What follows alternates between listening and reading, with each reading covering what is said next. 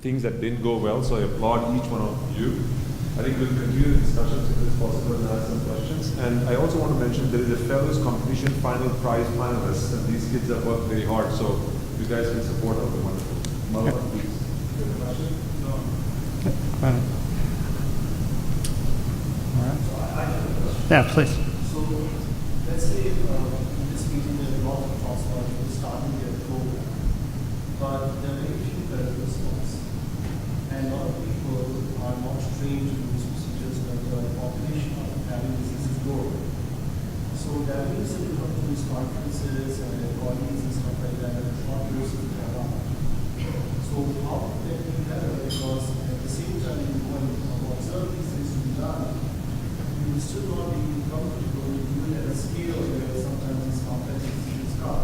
So what would be the recommendation for this?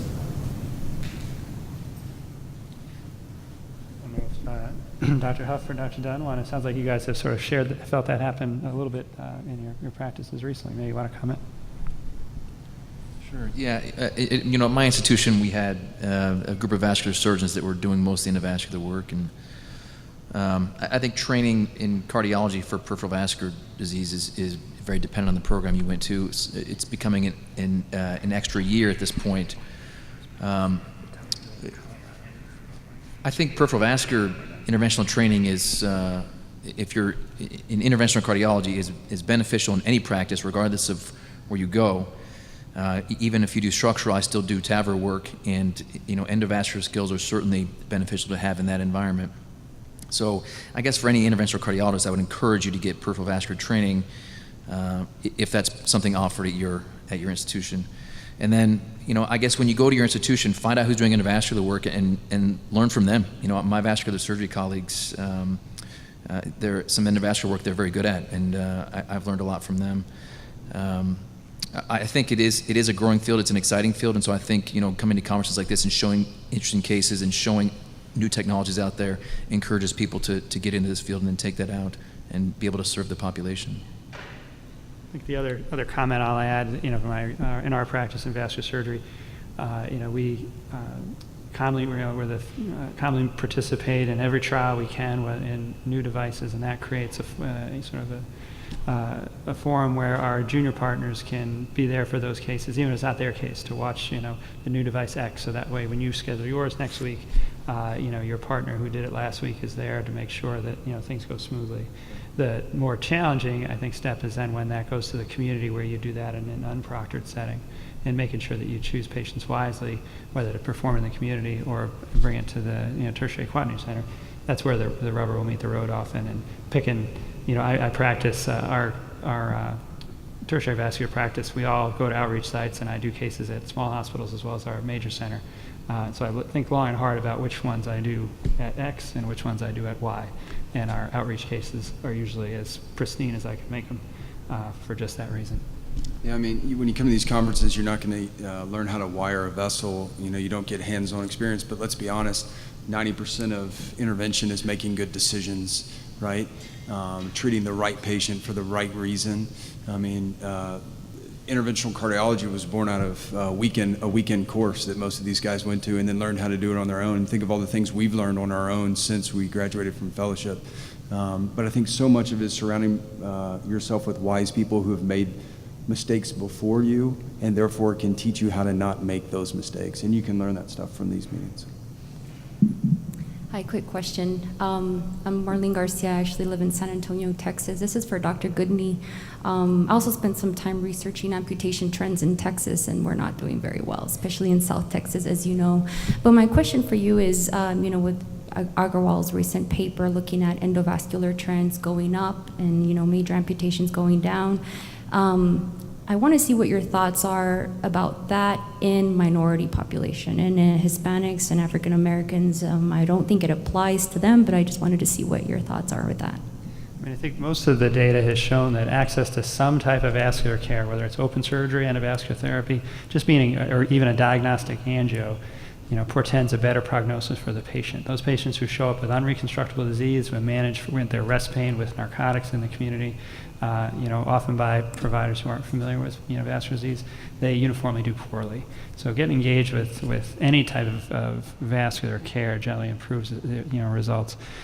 Whether or not that difference is marginally better or worse in Hispanic or African American or Caucasian populations, I don't think we know yet. I think there's more greater disengagement in some of the minority communities that's been tougher to attack, and that's part of what our next step is going to focus on in some of our research. Is we want to make sure that we're engaged in those communities and find out, okay, well, maybe we can get you in for your angioplasty, but why is your A1C 1 billion, and why aren't you taking the cholesterol medicines, and why is your blood pressure 10,000?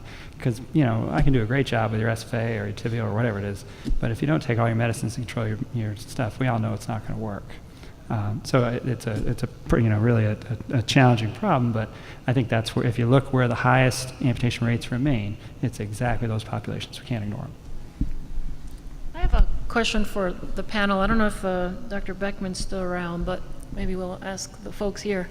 So when it comes to surveillance, so I tend to do the 3, 6, 9, 12 model, and certainly for my bypasses, for patients that I did a pretty long segment recanalization on, especially when the initial indication was gangrene or rest pain.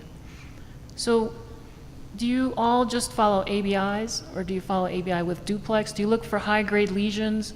When do you kind of make the decision to take someone electively, especially when they're asymptomatic, and you haven't had that 2-point drop, 0.2 drop in their ABI? So the way I answer this, and this comes up a lot, Yeah. asymptomatic patient. So first of all, to answer the first question, if it's a non-complex revasc, I'm happy following ABIs. If it's a complex revasc, I follow by duplex.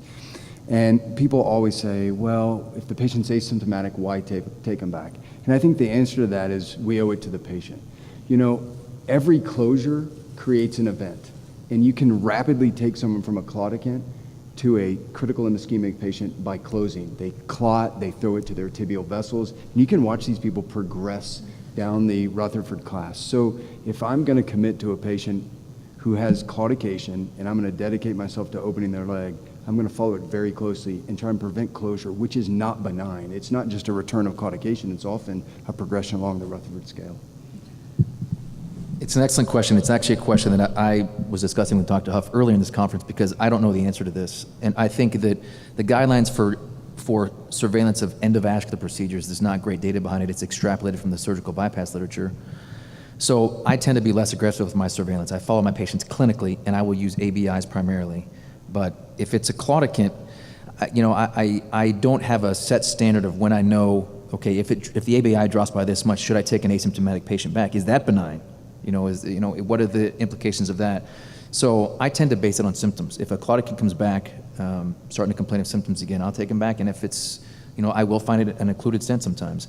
And I don't know the answer. I think this is tough because, if you're intervening on all your patients that drop by 0.2, you're going to have complications during your procedures. You're going to have, things clot off. You're going to get distal embolization during procedures, things like that, which could have potentially been managed medically with exercise and trying to keep that vessel open. So I will typically use ABIs. If it's a CLI patient, I'll be more aggressive, like Dr. Huff said, because their first presentation could be a rest pain or a wound, and then you're dealing with a bigger problem. But it's an excellent question. I don't think we have a great answer to it.